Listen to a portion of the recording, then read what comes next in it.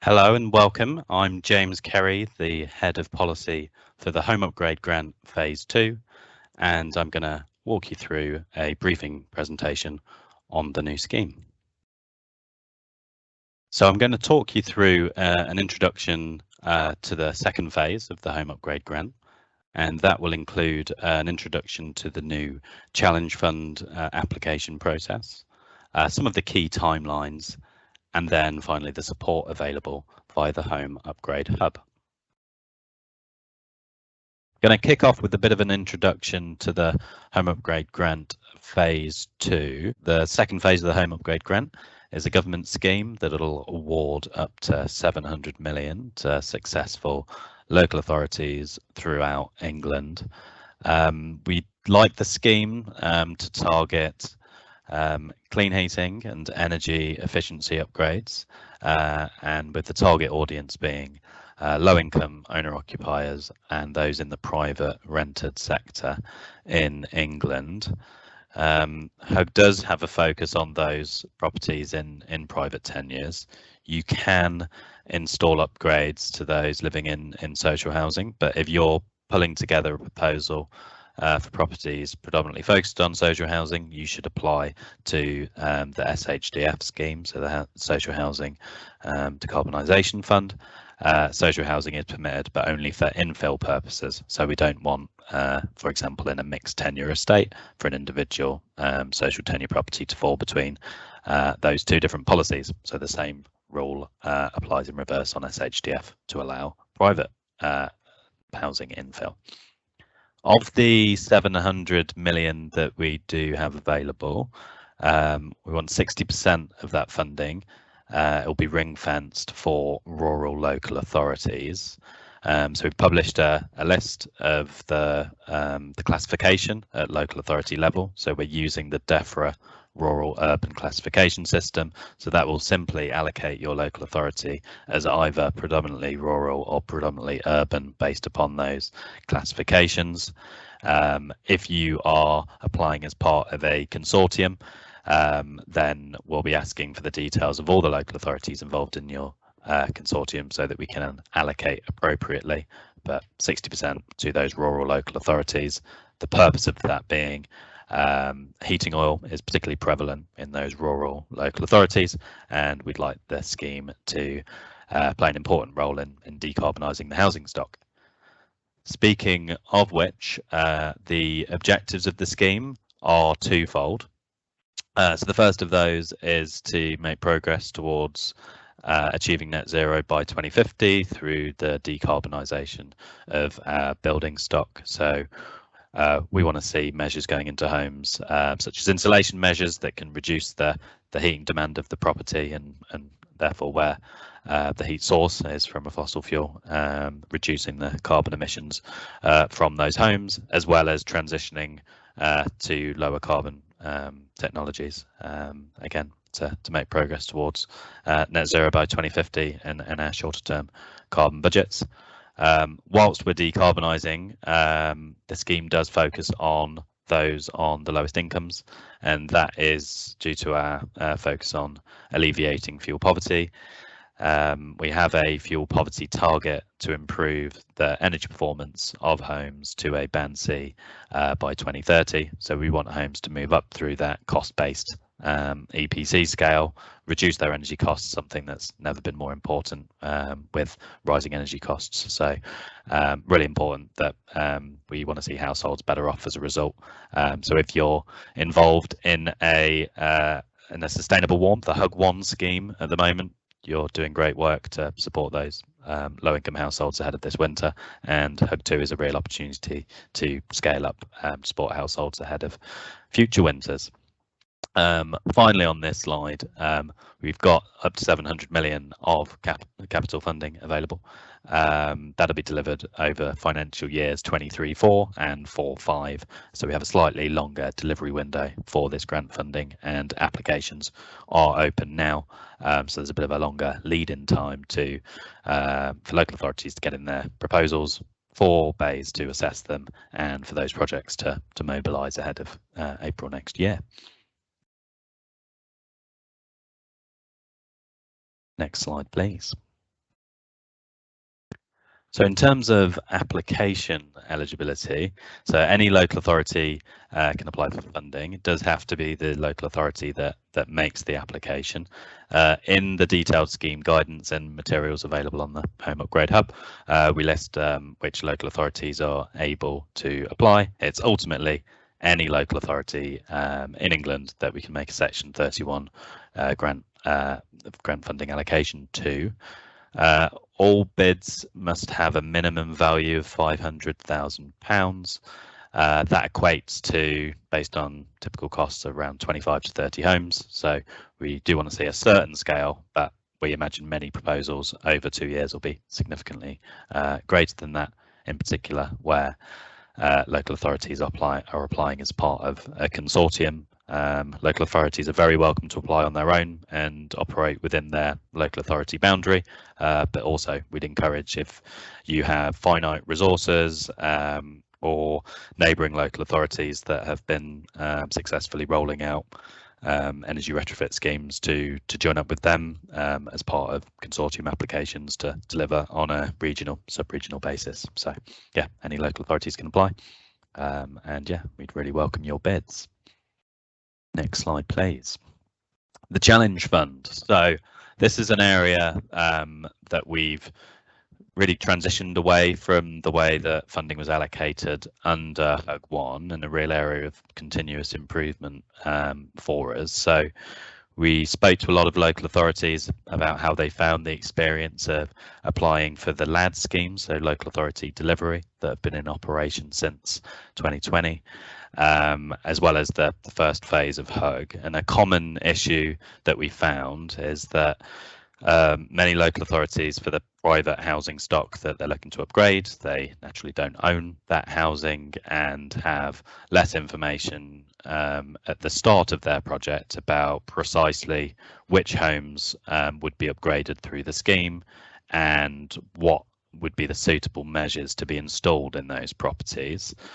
And we also found that many local authorities had a frustration that when submitting their proposals and providing detailed information up front, because the funding was allocated on a local authority competition basis, some of these smaller local authorities either weren't able to put in a proposal with the delivery timeframes that were available, or they would put in applications that ultimately weren't successful when compared to other local authorities, and a bit of wasted investment in time and expectations for their senior leadership. So we've iterated that approach to a challenge fund model.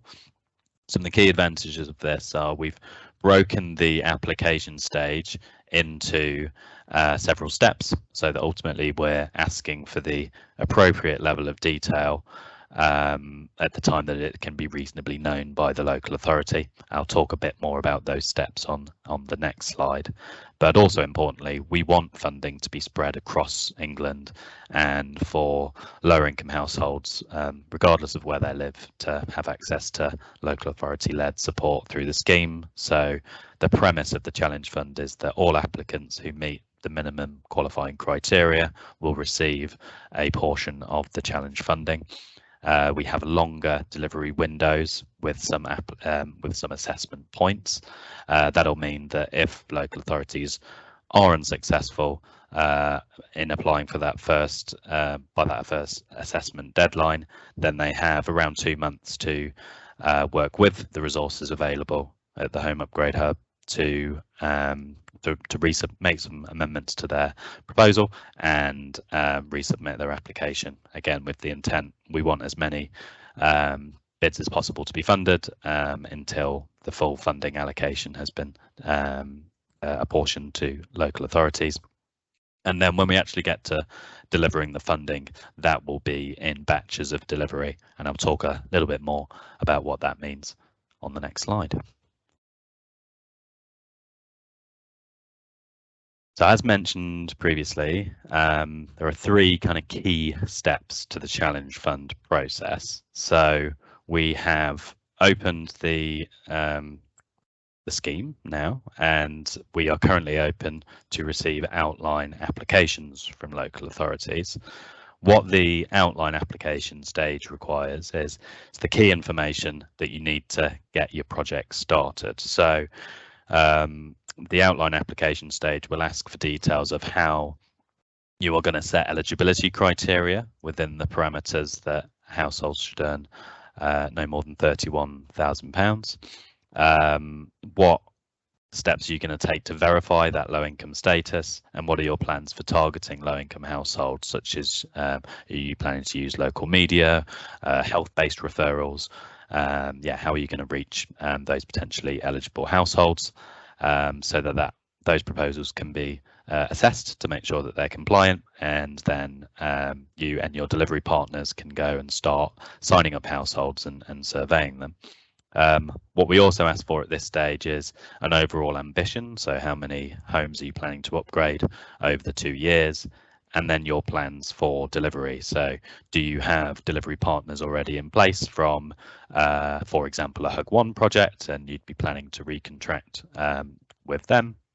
Or are you kicking off a new procurement using a framework? But what are your plans to get delivery partners in? Those bids will be assessed, and we have a first window for those assessments coming up by the 18th of November. Again, all bids that meet the qualifying criteria will be apportioned in principle funding at the outline application stage. Then we move on to the delivery assurance check. So this will be something really led by the local authorities themselves, and what we'll be looking for here is, as the kind of name suggests, a check that the project is ready to proceed into delivery. So the outline stage might have outline plans to onboard a delivery partner by April 2023, and part of the delivery assurance check would be to make sure that that indeed has happened, and that there's a project team in place at the local authority so that the project can proceed into the delivery of batches. And finally, the batch application stage will enable local authorities to receive funding, drawing down upon the in-principle funding received at the outline application stage. This will effectively be a group of homes that the local authority has signed up and surveyed, knows what measures need to go into those properties, the costs of those measures, and then that batch of homes will be submitted for approval. And when that approval is received, the local authority will have funding released to be able to upgrade that batch of homes. There is a little bit more detail on all of this available on the Home Upgrade Hub. There was a specific webinar led by the BEIS policy team that dived into the detail of the Challenge Fund process, and they've just been made available on the Home Upgrade Hub. So do check those out if you are interested in some of the detail, because there are things like upfront costs provided at the start of each financial year, so that there aren't any delays in payments leading to a delay in delivery or leads going cold. I've mentioned a few of these key timelines so far, but just to be clear, so the 29th of September was a bit of a milestone day for us in the project, so we're able to launch the outline application window and also launch the Home Upgrade Hub. So lots of information available both on the gov.uk page with the detailed guidance, and a wealth of materials becoming available on the Home Upgrade Hub. Assessment round 1 is the 18th of November. So any local authorities that are able to apply by the 18th of November, BEIS will then be assessing those proposals, letting the local authorities know if they are successful, and if so, providing them with draft MOUs. And local authorities that are able to apply by the 18th of November will be able to set out what mobilisation costs they require in early 2023 in advance of funding being made available from April. So there are advantages to applying by the 18th of November. So we'd really encourage, if local authorities are able to get their applications in early. What it would also mean, if you were to submit an application that was unsuccessful, you would have 2 months to kind of work with the resources at the hub, refine your proposal and resubmit ahead of the 27th of January second assessment round. So yeah, there will be that further opportunity if unsuccessful initially. What I would say is just on those assessment rounds, so we do have 700 million available. It is unlikely that we'll allocate the full rural ring fence and total grant funding during that first assessment round, but we won't be holding any funding back for the second application round, so it will be allocated until the overall challenge fund is allocated to local authorities. So there will be likely lower funding available for assessment round 2 after we hope we receive a high volume of good quality bids for that first assessment round. On the right hand side here is where we get into the delivery and the important work of supporting low income households with their energy costs from next spring and summer. So local authorities will be able to request their delivery assurance checks from the 1st of April, and as part of that, as soon as they've passed their assurance check, they can begin submitting batch applications and yeah, delivering upgrades throughout the summer. There's a 2-year delivery window, with delivery needing to conclude by the 31st of March 2025. I've trailed lots of good materials are available. So there has been a technical assistance facility that is now available on the Home Upgrade Hub. You can do a self-assessment on the hub, and that'll help kind of triage you to make sure that you get the appropriate form of support for the stage that you're currently at. That can include one-on-one support. Yeah, after you've filled out that self-assessment, just to determine your degree of preparedness at the moment.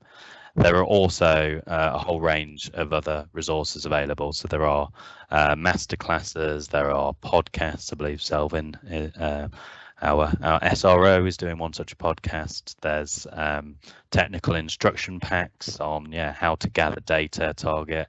Webinars such as this one, and the webinars delivered by the Hug project team. So there have been 3 of those over the past week, and other kind of retrofit essentials. If you want to sign up to any of that or any future webinars, you can do that via the Home Upgrade Hub website.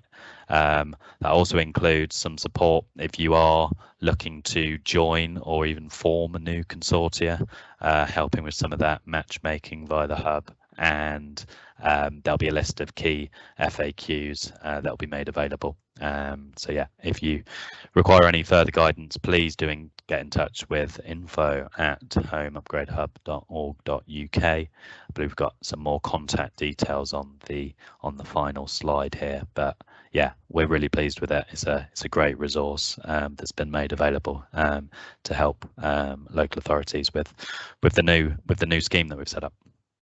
Some more information there. If you do have any questions, please do get in touch at info@homeupgradehub.org.uk and check out the resources at www.homeupgradehub.org.uk. Thank you very much for joining the webinar today, and good luck with your applications.